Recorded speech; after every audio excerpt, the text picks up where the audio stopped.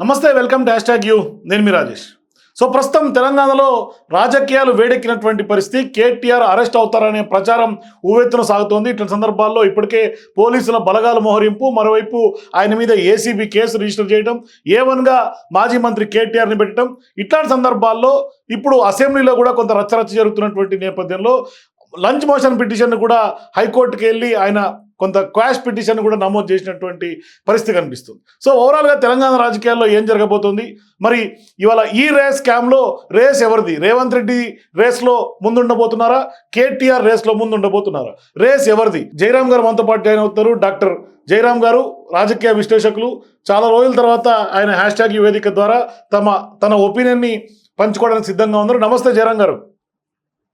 నమస్తే రాజేష్ గారు. సార్, ఏంటి సార్ తెలంగాణ రాజకీయాల్లో ఏం జరుగుతోంది? ఓవైపు ఈ రేస్ స్కామ్ తోటి పెద్ద ఎత్తున 55 కోట్ల మేర మనీ లాండరింగ్ జరిగింది అనే ఒక ఆరోపణతో ఇప్పుడు ఏసీబీ విచారణ కొంత దూకుడు మీద కొనసాగుతున్నటువంటి పరిస్థితి. నిజంగానే బయట జరుగుతున్నటువంటి ప్రచారం ప్రకారం కేటీఆర్ విచారణ ఎదుర్కొంటారా, లేదంటే అరెస్ట్ జరిగే ఛాన్స్ ఉంటుందా? ఏం జరగబోతుంది? మీకు యాస్టాక్ యాజమాన్యానికి నమస్కారాలు. ఒకటి దీంట్లో మనము చూడాల్సిన విషయాలు ఏంటంటే, రాజకీయ పార్టీలు, ప్రభుత్వాలు ఇవి రెండు వేరుగా ప్రవర్తిస్తాయి అనే విషయం ఇలా కొత్త విషయమే కాదు. కాకపోతే ఏంటంటే, ప్రభుత్వాలుగా ఉన్నప్పుడు ఎవరైనా చిన్న పొరపాటు చేసినా కూడా అది డెఫినెట్ గా వెంటబడుతున్న విషయము. నెక్స్ట్ ప్రభుత్వం వస్తే చేంజ్ అవుతే తప్ప తెలియదు. అంతవరకు దాకా వాళ్ళు ఏం చేసినా కూడా ఇష్టానుసారంగానే జరుగుతుంది. ఏం చేసినా కూడా మేము ఒక దొరల మాదిరిగా, లేకపోతే రాచరిక వ్యవస్థలో ఉన్న రాజుల మాదిరిగా వ్యవహరిస్తుంటారు. కామన్. ఈరోజు కేటీఆర్ కావచ్చు, రేపు రేవంత్ కావచ్చు, రేపు ఇంకెవరైనా కూడా కావచ్చు, మన చంద్రబాబు నాయుడు, అంతకుముందు జగన్మోహన్ రెడ్డి, ఇలా చెప్పుకుంటూ పోతే ఒకరు కాదు, ఇద్దరు కాదు, అనేక మంది, కనుమోలి. కానీ ఇక్కడ గమనించినట్టు అయితే రాజకీయ నాయకుల మీద పెట్టే కేసులు ఎంతవరకు నిలుస్తాయి అనేది ప్రధానమైన ప్రశ్న. అంటే 98.9% అంటే 0.1% మాత్రమే ఈ కేసులలో పురోగతి ఉన్నది, శిక్షలు ఉన్నాయి. అంతే తప్ప 99.9% కూడా వీళ్ళ మీద పెట్టిన కేసులు అక్యూటల్ అయిపోతున్నాయి. అంటే ఆ రోజు కనుమోలు విషయాన్ని మన కళ్ళ ముందున్న విషయము, అప్పటి యూపీఏ గవర్నమెంట్ కేసు ఫైల్ చేస్తే ఎన్డీఏ గవర్నమెంట్ దాన్ని కొట్టేసింది. అంటే అప్పుడు విపరీతంగా ఒక అల్లకల్లోలం జరిగింది పార్లమెంట్ లోపల. 2G కుంభకోణం అంటే లక్షల కోట్ల కుంభకోణం అనేది అప్పుడు పెద్ద ఎత్తున ఉంటుంది. రాజా కావచ్చు, ఇంకిద్దరు వ్యక్తులు దాంట్లో ఇన్వాల్వ్ అయ్యారు, అనేక మంది ఇన్వాల్వ్ అయ్యారు. ముఖ్యంగా A1 A2గా రాజా కనుమోలు ఉన్నారు. కానీ మరి అన్ని లక్షల కుంభకోణం ఏమైపోయింది? ఏమైపోయింది అంటే, ఒకవైపు వచ్చేసేమో కేసులు ఫైల్ అవ్వడంలో వీక్ గా ఫైల్ చేస్తారా, కావాలనే అలా ఫైల్ చేస్తుంటారా, లేకపోతే రాజకీయ నాయకులు కాబట్టి నువ్వు ఎంత దోసుకున్నా పర్లేదు, మన ఇద్దరం షేర్ చేసుకుందాం, మళ్ళీ కేసులు కొట్టేసుకుందాం అనుకుంటారా? అది ఏంది అసలు? జగన్మోహన్ రెడ్డి మీద ఉన్న కేసు ఇంతవరకు ఎలాంటి రేవంత్ రెడ్డి రెడ్ హ్యాండెడ్ గా డబ్బులతో దొరికితే ఆ కేసు కూడా ఇప్పటి వరకు ఏది లేదు. ఇలా చెప్పుకుంటూ పోతే ఒక కేసు కాదు, అనేక కేసులు. మరి అనేక కేసులలో ఈ వ్యక్తులు, ఈ పెద్దలు, వీళ్ళ మీద కేసులు అనేటివి ఎందుకు పెడతారు? పెట్టకుండా ఉండొచ్చు కదా. ఇప్పుడు తెలంగాణలో ఉన్న కాంగ్రెస్ ప్రభుత్వం కూడా అనేక అంశాలను ప్లాట్ఫామ్కి పట్టుకొచ్చేసింది. బీఆర్ఎస్ మోసాలని, బీఆర్ఎస్ అకృత్యాలని, లేకపోతే బీఆర్ఎస్ ను ఒక నేరస్తులుగా చూపించేసింది. శ్రీశైలం ప్రాజెక్టు, కాళేశ్వరం ప్రాజెక్ట్ ఒకటి, అందులో ఒకటి. నెక్స్ట్ వచ్చేసి విద్యుత్ కుంభకోణం ఒకటి. ఈ కార్ రేసింగ్ చాలా చిన్నది, మైనూడిది. వాటికి పోలిస్తే ఈ కార్ రేస్ అనేది చాలా మైనూడిది. అంటే పెద్ద ఈ కాంట్రా విషయం లోపల ఈవెన్ ఏది మున్సిపల్ శాఖ లోపల అనేక అడ్డదిడ్డమైన పర్మిషన్స్ ఇచ్చేసి ఆ కట్టడాలు ఏర్పడితే అందులో పంచుకున్నట్టుగా, అందులో కేటీఆర్ డైరెక్ట్ ఇన్వాల్వ్ అయినట్టుగా కథనాలు వచ్చినాయి. మరి ఇవన్నీ పక్కన పెట్టేసి ఈ చిన్న కేసు మీద ఎందుకు ఇంత రాద్ధాంతం చేస్తుంది? అంటే చిన్న కేసుతోని పెద్ద కేసులను మస్కబారు చేయాలన్న, లేకపోతే చిన్న కేసులు కాబట్టి పొద్దాక కేసులు పెట్టకూడదు, పెడితే జనాలు నమ్మరు కాబట్టి కేసు పెట్టి వదిలేద్దాంలే అని పెట్టడమా? అంటే దీన్ని ఏ విధంగా ప్రజలు అర్థం చేసుకోవాలి, ఏ విధంగా అనేదాన్ని ఈ కానీ కాదు ఇక్కడ జయరాం గారు, వాస్తవానికి ఇవాళ కేటీఆర్ అరెస్ట్ అంశం పక్కన పెడితే నిజంగా ఈ కేసులో ప్రభుత్వం ఆరోపిస్తున్నట్టుగా 55 కోట్ల మేర ప్రజాధనం దుర్వినియోగం అయింది అనేది ఇవాళ ప్రభుత్వం యొక్క ఆరోపణ. అది తేటతెల్లం చేయాలి, మనీ లాండరింగ్ జరిగింది, లేకుంటే కేటీఆర్ హెచ్ఎండి అకౌంట్ నుంచి ప్రభుత్వ అకౌంట్స్ నుంచి డిఫరెంట్గా కొన్ని ప్రైవేటు అకౌంట్లకు వెళ్ళినాయి అనేది ఇవాళ ఆరోపణ. ఇది వాస్తవంగానే ఇవాళ ఏసీబీ విచారణలో నిగ్గు తేల్చాల్సినటువంటి బాధ్యత కూడా ఉంది. కానీ ఇవాళ మౌఖిక ఆదేశాలు ఇచ్చి ఈ విధంగా చేశారు. ఇది అంతా అసలు దీనికి ప్రొసీజర్ ప్రకారం జరిగిందా, లేకుంటే ఇమ్మెటీరియల్ అంటే నాన్ ప్రొసీజర్గా జరిగిందా, ఎట్లా జరిగింది అంటే మీ విశ్లేషణ ఏంటి? ఒకటి రాజేష్, మనం చూడాల్సిన విషయం ఏంటంటే, ఇప్పుడు ప్రభుత్వంలో ఉన్న వ్యక్తి తను కన్ఫెషన్ ఇచ్చిండు, నేను ఇచ్చాను, అరవింద్ కుమార్ కు సంబంధం లేదు, దానికి నేను పూర్తి బాధ్యత వహిస్తానని చెప్పాడు. దాన్ని చెప్పిన తర్వాత దానికి సంబంధించిన స్టేట్మెంట్లు, లావాదేవీలు డెఫినెట్ గా ప్రభుత్వంలో ఉంటాయి, ప్రభుత్వ ఆధీనంలో ఉంటాయి. ఇప్పటి ప్రభుత్వం కాంగ్రెస్. ఓకే, అంటే ఇక్కడ జరుగుతున్నది గొప్ప విషయం ఏం కాదు కదా అది. అంటే ఇంత నేను చెప్పాలనుకున్న విషయం, నేను అడుగుతున్న విషయం ఏంటంటే, ఇది ఆల్రెడీ కన్ఫెషన్ స్టేట్మెంట్ ఉంది, అర్థమైందా? ఈ కన్ఫెషన్ స్టేట్మెంట్ మీద ఉన్న కేసును ఒకడు ఈ రోజు కలిపితే రేపైనా చేయొచ్చు, అది పెద్ద ఇష్యూ కాదు. మరి what about Kaleshwaram, what about విద్యుత్ శాఖ విషయాలు, వాట్ అబౌట్ మున్సిపల్ శాఖలో జరిగిన అనేక అవకతవకలు, వాటి గురించి ఇప్పుడు ఇట్లా ఇదే కేసులు పెట్టుకుంటూ పోతూ ఉంటే బీఆర్ఎస్ కు సానుభూతి వస్తుంది తప్ప ఇక్కడ జరిగేది ఏం లేదు. అంటే మీరు ఏం చెప్పాలనుకుంటున్నారు? ఓవరాల్ గా కాంగ్రెస్ ప్రభుత్వము బీఆర్ఎస్ ను దోషులుగా చూపించాలనుకుంటుంది. రైట్, దోషులు అయినప్పుడు డెఫినెట్ గా చూపించడం కాదు, ప్రజల ముందు నించోబెట్టాల్సిందే, ఎవరి ఆస్తులను జప్తు చేయాల్సిందే, అంటే ఆ వ్యక్తులు ఎవరినైనా కూడా జైలుకు పంపించాల్సిందే, అలా డిస్ప్యూట్ లేదు, ఎలాంటి మోహమాటం లేదు. కానీ ఇక్కడ మీరు తీసుకునే ఈ కార్యాచరణ ఎక్కడ కూడా మీకు పొలిటికల్ పార్టీకి సంబంధించింది కాదు కదా. దీన్ని ముందే పొలిటికల్ పార్టీ నాయకులు లీకులు ఇవ్వడము, అరెస్టులు చేస్తాము, ఆవేశపడిపోవడం ఎందుకు? దానికంటూ ఒక శాఖలు ఉంటాయి, దానికంటూ ఒక ఇన్వెస్టిగేషన్ ఏజెన్సీస్ ఉంటాయి, దానికంటూ జైళ్లు ఉంటాయి, దానికంటూ విచారణకు కోర్టులు ఉంటాయి. అన్ని మీరే చేస్తే ఎట్లా? మీరు ఎందుకు చేస్తున్నారు ఇవన్నీ?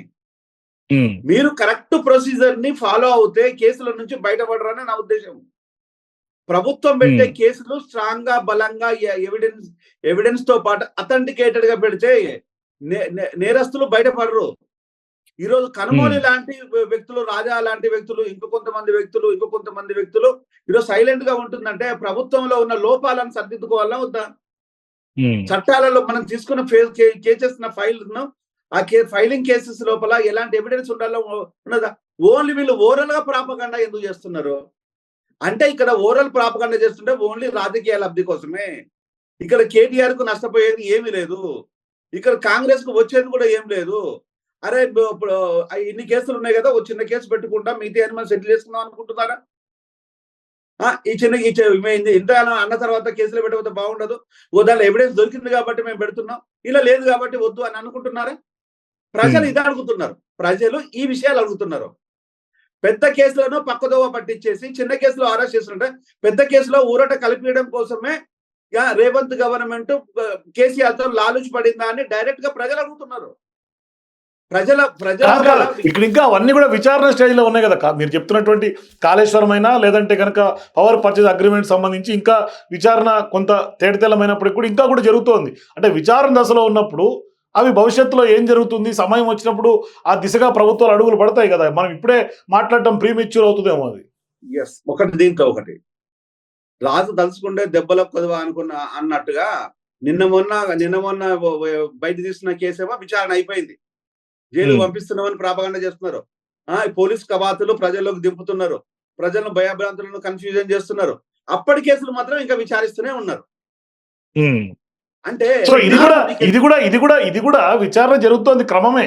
అరెస్ట్ అనేది ప్రచారం జరుగుతోంది, కానీ రాజకీయ వర్గాల్లో ఇది ఇంకా విచారణ జరుగుతున్నటువంటి క్రమమే. ఎఫ్ఐఆర్ నిన్నే A1 గా కేటీఆర్ ని పెట్టినటువంటి పరిస్థితి కదా అది. ఇది కూడా ఒకటి ఇక్కడ జరుగుతుంది, అంటే ఇదొక దశ ముందుకొచ్చి ఎఫ్ఐఆర్ దాకా వచ్చింది అంతే.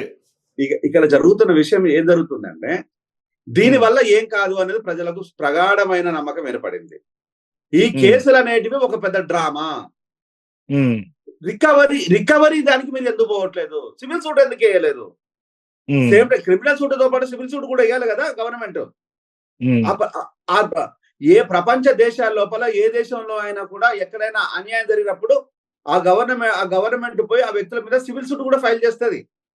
ఉమ్. కానీ ఇక్కడ ఈయన మీద పెట్టినటువంటి కేసులు సెక్షన్లు చూస్తే 7 ఏళ్ల పాటు జైలు శిక్ష కూడా పడే అవకాశాలు ఉంటే 7 ఏళ్ళకి తగ్గదు అని కూడా చాలా మంది మేధావులు చెప్తున్నటువంటి మాట. ఒక్క మాట చెప్తాను, దానికి మేధావులు ఏం అక్కర్లేదు. మీరు గూగుల్లో ఒకటి టైప్ చేయండి, 7 ఏళ్ల లోపుకు శిక్షలకు అరెస్టులు ఉంటాయా ఉండవా? ఉండవు, ఉమ్, ఉమ్, అరెస్టులే ఉండవు. 41 సిఆర్పిసి కింద నోటీసులు ఇచ్చేసి కోర్టుకు పోవమని చెప్తారు. ఉమ్, మరి 7 ఏళ్ల లోపు కేసులకు ఇంత పెద్ద డ్రామా ఎందుకు? 8 ఏళ్ళు దాటిన కేసులకు కదా అరెస్టులు ఉండేటివి. 7 ఏళ్ల లోపు ఉన్న కేసులకు ఓన్లీ 41 సిఆర్పిసి కింద నోటీసులు మాత్రమే సర్వ్ చేయాలి. నోటీసులు మాత్రమే సర్వ్ చేసేసి దాన్ని కోర్టుకు పడిస్తే కోర్టు ప్రొసీడింగ్స్ చేపడుతుంది. ఉమ్. దానికి ఇదంతా ఎందుకు? మరి ఇంత డ్రామా ఎందుకు? సో మీరు ఇందాక అన్నారు సింపతి మైలేజ్ వస్తుంది బీఆర్ఎస్ కు కేటీఆర్ కు అని. అంటే ఇప్పుడు కేటీఆర్ ని అరెస్ట్ చేస్తే ఖచ్చితంగా ఇందాకే మొన్న గతంలో గురించి కూడా చెప్తూనే ఉన్నాడు, నన్ను అరెస్ట్ చేస్తే నేను జైలుకి వెళ్ళి యోగా చేసుకుంటా, అరెస్ట్ చేస్తే నేను పాదయాత్ర చేస్తా బయటకు వచ్చి. అంటే బయటకు వస్తారన్న కాన్ఫిడెన్స్ వాళ్ళలో ఉంది, బెయిల్ వస్తుందన్న కాన్ఫిడెన్స్ వాళ్ళలో ఉంది, పాదయాత్ర చేసి ఆ సింపతి ప్రకారం సీఎం అవుతానని చెప్పే పరిస్థితికి వచ్చింది ఆఖరికి. అంటే ఈ వ్యవస్థల మీద వాళ్ళు న్యాయపరంగా వాళ్ళకి నమ్మకం ఉంది, గౌరవం ఉందని చెప్తూనే న్యాయ పోరాటం చేస్తామంటూనే అందులో స్కామ్ లేదు అంటున్నారు, మౌఖిక ఆదేశాల ప్రకారం మేమే ఇచ్చామంటున్నారు. అంటే ఈ ఓవరాల్ ఎపిసోడ్ని ఎట్లా చూడాల్సినటువంటి అవసరం ఉంది జయరాం గారు?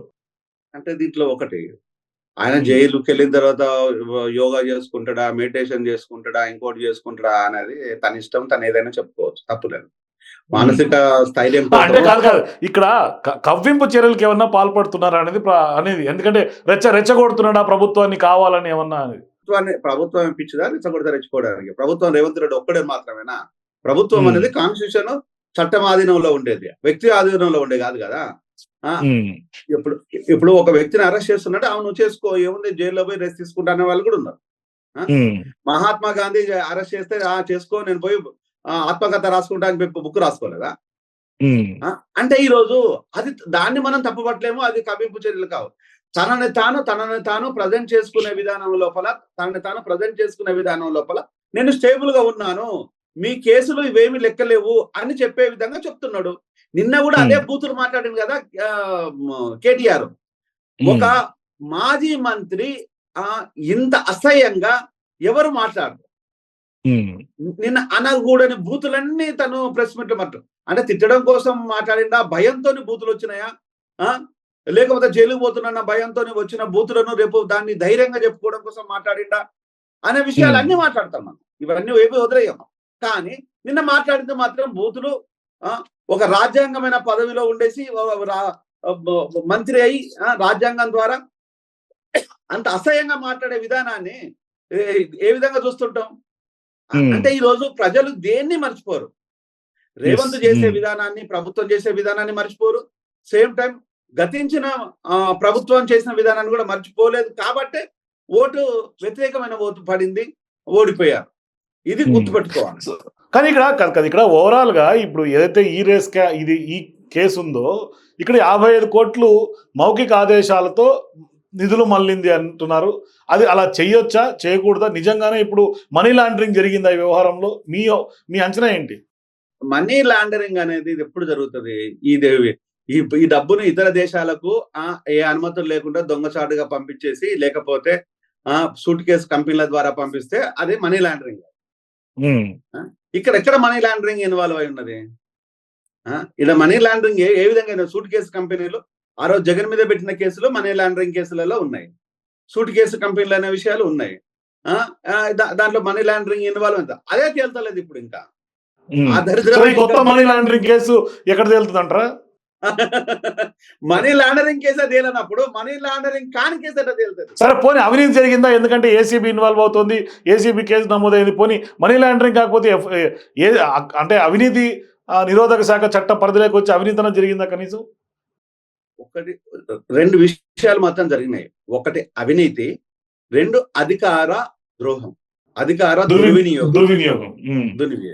ఇది రెండు జరిగినాయి. అధికారాన్ని దుర్వినియోగం చేయడం అనేది ఒకటి జరిగింది.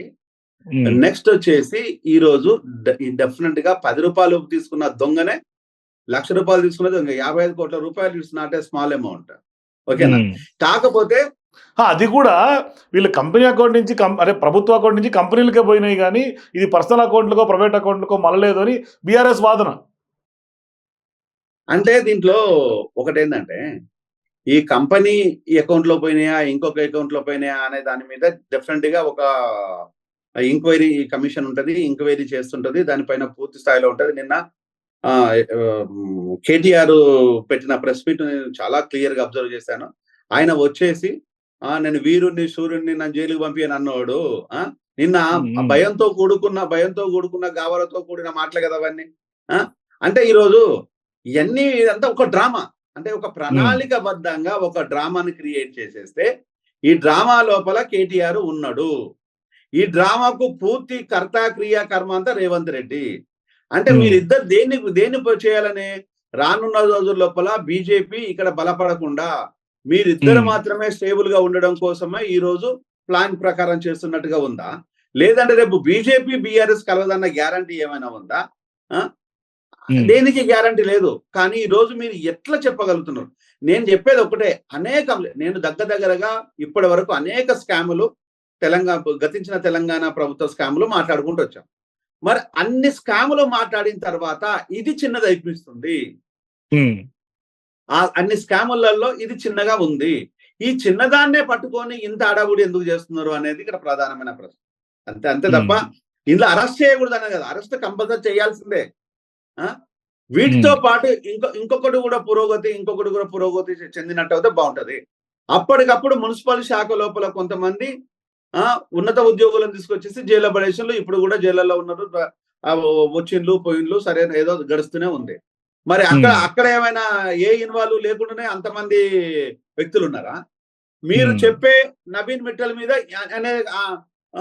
అనేక ఆరోపణలు వచ్చేసినాయి. నవీన్ మిట్టల్ కూడా ప్రభుత్వం లోపల అదే అధికార స్థానంలో ఉన్నాడు కదా. ఆ గవర్నమెంట్ లో ఉన్నప్పుడు నేరస్తులాగా మాట్లాడి ఈ గవర్నమెంట్ లో ఉన్నప్పుడు మీకు మిత్రుడు ఎట్లా అయిండు? అమయ్ కుమార్ ఆ గవర్నమెంట్ లోపల ద్రోహం చేసినప్పుడు, అధికార దుర్వినియోగం చేస్తే ఈ గవర్నమెంట్ లోపల తనకి ఏం జరిగింది కనుక ఇట్లా చెప్పుకుంటూ పోతూ ఉంటే చాలా మంది, జనార్దన్ రెడ్డి, మాజీ డీజీపీ జనార్దన్ రెడ్డి ఆ గవర్నమెంట్ లో ఉన్నప్పుడు అనేక ఆరోపణలు జరిగితే ఈ గవర్నమెంట్ లోపల ఉన్నతమైన స్థానంలో ఎట్లా కూర్చోబెట్టేసిండ్లు. అంటే ఇవన్నీ ప్రజలకు డెఫినెట్ గా ఒక డిస్కషన్ వస్తుంది. ఆ డిస్కషన్ వచ్చినప్పుడు అంటే మీకు ఏ విధంగా ఇక్కడ లావాదేవీలు జరుగుతున్నాయని దాన్ని ఆలోచిస్తుంటారు. ఎస్, థ్యాంక్ యూ జయరామ్ గారు. చూద్దాం అంటే ఈ కేసు పూర్వపరాలు ఏం జరుగుతుంది, ఎట్లా జరుగుతుంది, నిజంగానే అరెస్ట్ జరుగుతుందో, అరెస్ట్ జరిగితే రాజకీయంగా ఏం జరుగుతుందో మాట్లాడదాం. థ్యాంక్ యూ జయరామ్ గారు. సో ఇది జయరామ్ గారితో విశ్లేషణ. For more videos please watch #.